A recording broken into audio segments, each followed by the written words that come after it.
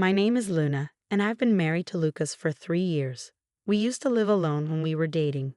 But after we got married, we moved in with Lucas's dad because his job was nearby. Even after we got married, I kept working. But I had to quit my job because Lucas's dad needed help. He started having memory problems about a year and a half ago. And it got worse over time, so he needed someone to take care of him. At first, we thought about sending him to a nursing home. But Lucas really didn't want to. He asked me to take care of his dad at home, so I agreed. Luna, please, let's try to take care of my dad here. I don't want him to go to a nursing home, Lucas begged.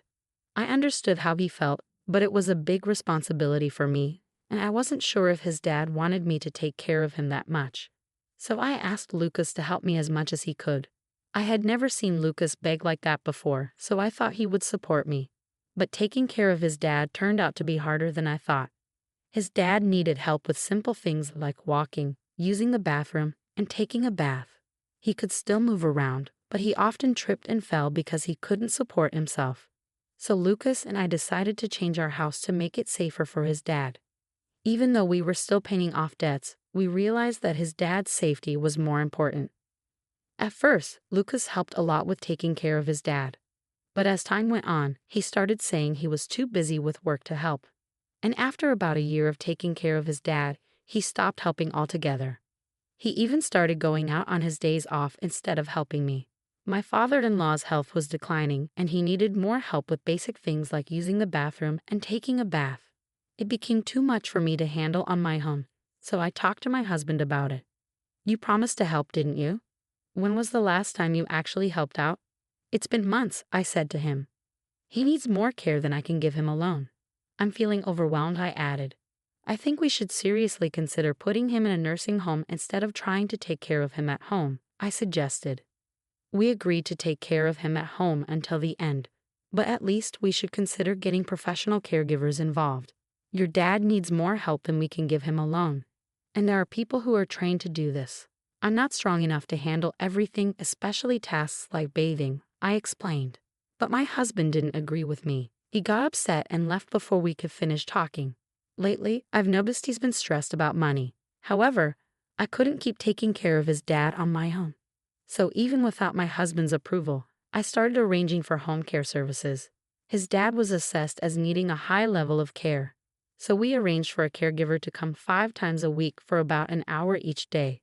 We also made a plan with our long-term care insurance, so I wasn't worried about the cost. But we hit a snag on the first day of home care services.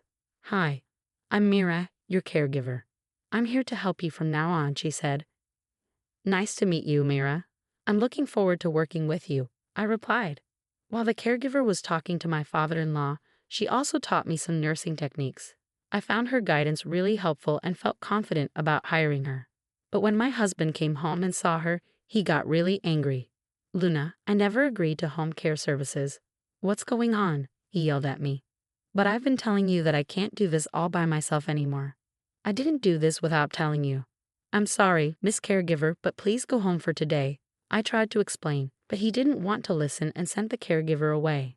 Why did you arrange for home care without my permission? I'm the one who decides things around here. You're a terrible wife for not listening to me. You can handle caregiving alone. Don't waste money, especially since we still have to pay off the loan for the renovation. Why can't you see what I'm saying?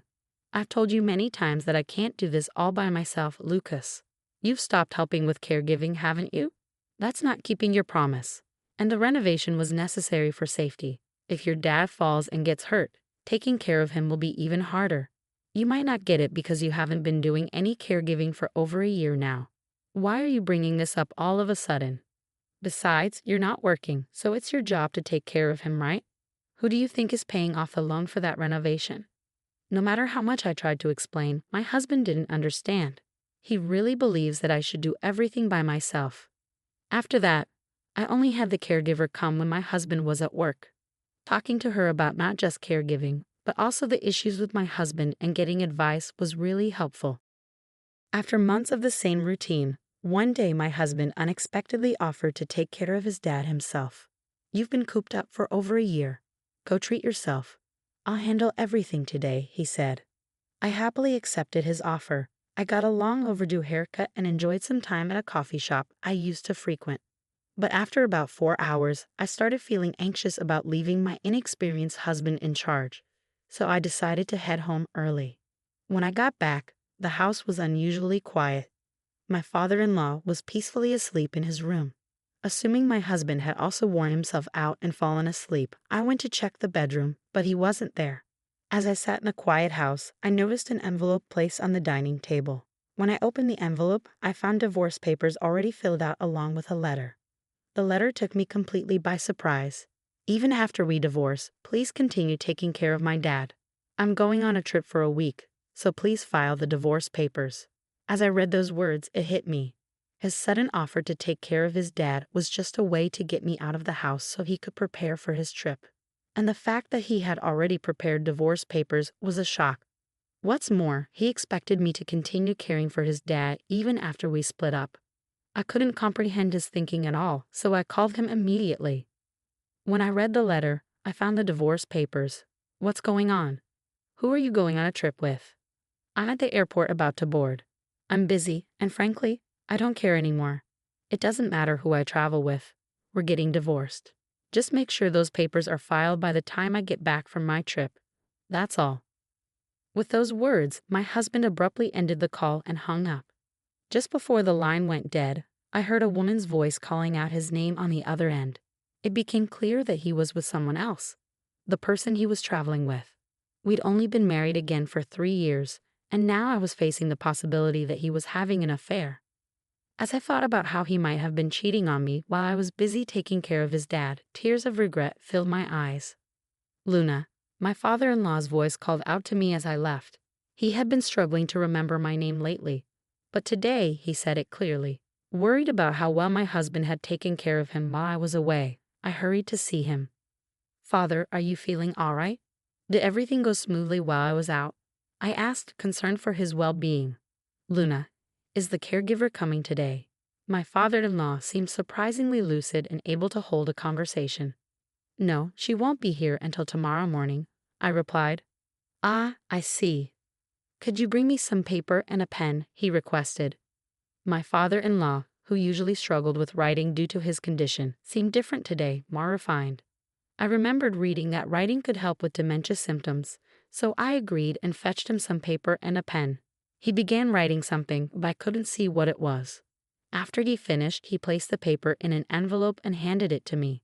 Give this to the caregiver when she comes tomorrow, he said before drifting back to sleep. Was this some sort of dementia exercise with Mila? Although I was curious about the letter's contents, I decided not to peek. Later, when my father-in-law woke up, he seemed to have forgotten everything, even my name. It left me wondering what had happened.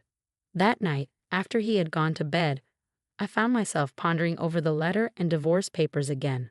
Reflecting on my husband's recent actions, I began to realize there might have been signs of something suspicious. I had been so focused on caregiving that I hadn't paid attention to him. If he was indeed cheating, part of me wanted to divorce him immediately and leave. But I couldn't abandon my father-in-law. Besides, without a job while taking care of him, I worried about supporting myself after a divorce. As morning arrived, I still hadn't made a decision. Mira came by, and I handed her the letter from my father-in-law. After reading it, she approached me looking troubled. And then, the caregiver. I'm here to support you, Luna. We've built a friendship, and moments like these are more common than you might think. I'm here for you, Mira reassured me with a kind smile. The letter is about me getting a divorce? I asked, feeling confused. Yes, it seems Mr. Henry noticed something wasn't right and asked me to step in. He wrote in a letter about his wishes regarding his estate. There's more to it, but we can discuss that later. Since your husband will be back soon, let's act quickly, Mira suggested. With that, Mira arranged for another caregiver to take over Mr. Henry's care and urged me to follow her. We ended up at a law firm. Mira, why are we here? I asked, puzzled. You'll understand once we're inside, Mira replied cryptically. Even though I was still confused, I followed Mira into the building. Thank you for coming today. I'd like to discuss a request I received from Mr. Henley regarding gifting property during one's lifetime. Specifically to you, Luna, the lawyer explained as we took our seats. The lawyer handed me a document and said, yes, it's notarized.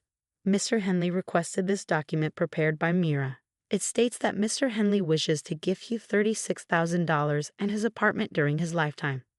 Stunned by this revelation, Mira started to explain. On the first day of my home visit, Mr. Henley mentioned this. He wanted to express his gratitude to you, Luna. However, as you weren't legally adopted by him, he couldn't pass on his assets to you through inheritance. So he decided to make this gift during his lifetime. I'm incredibly grateful. I need to thank my father-in-law right away, I said, feeling overwhelmed with emotion. Before we head back, there's one more place we need to stop by, Mira said, leading me out of the law firm. We made another quick stop before finally returning home. Once we were back, I expressed my heartfelt gratitude to my father-in-law, even though he didn't seem to fully understand. I kept telling him how thankful I was. Sadly, 3 days later, he passed away due to complications from his worsening dementia. I tried calling my husband, who was still traveling abroad, but he didn't pick up, perhaps assuming it was about the divorce. There's no other option, Mira said, guiding me through the necessary arrangements. As we gathered with relatives to make preparations, my husband's absence, being the biological son of my father-in-law, was a point of contention for some. 2 days later, my husband returned home, completely unaware of what had transpired. He was immediately bombarded with questions from all sides. Hey, help me out here. I swear I'm not cheating. I was just taking a vacation to unwind after being a caregiver every day, my husband protested. You can't lie twice. Even if you claim you were caregiving, there's no evidence to support that, I countered. I know for a fact that you went on that vacation with your mistress. Security cameras at the airport caught you two acting like lovers, I added firmly.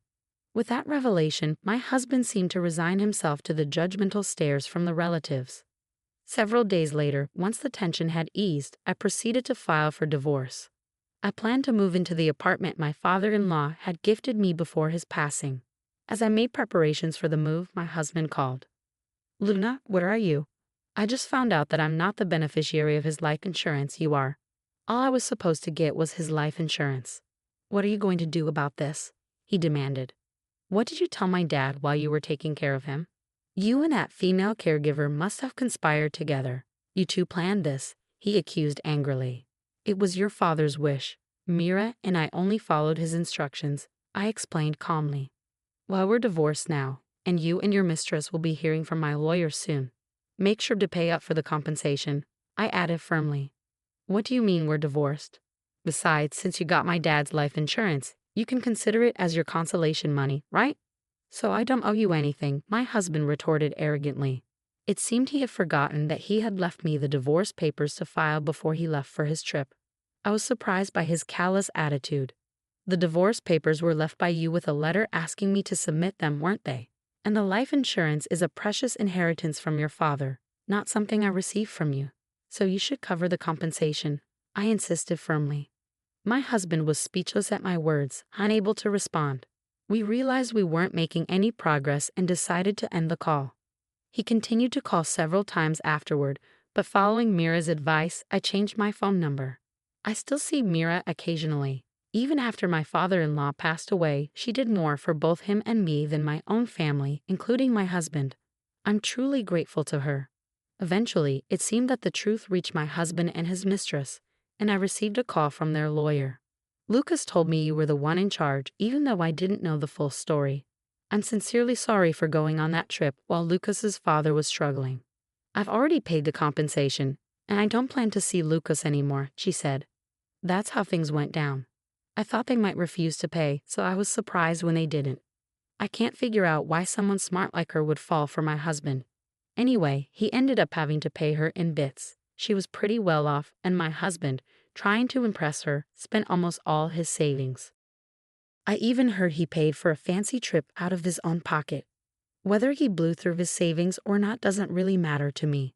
I'm determined to make him pay back every cent, even if it takes a while.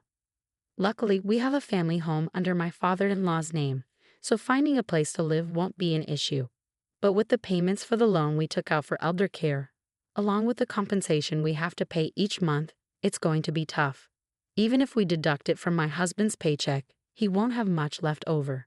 And since our relatives all know about it, he can't exactly ask them for help. I hope he learns from his mistakes.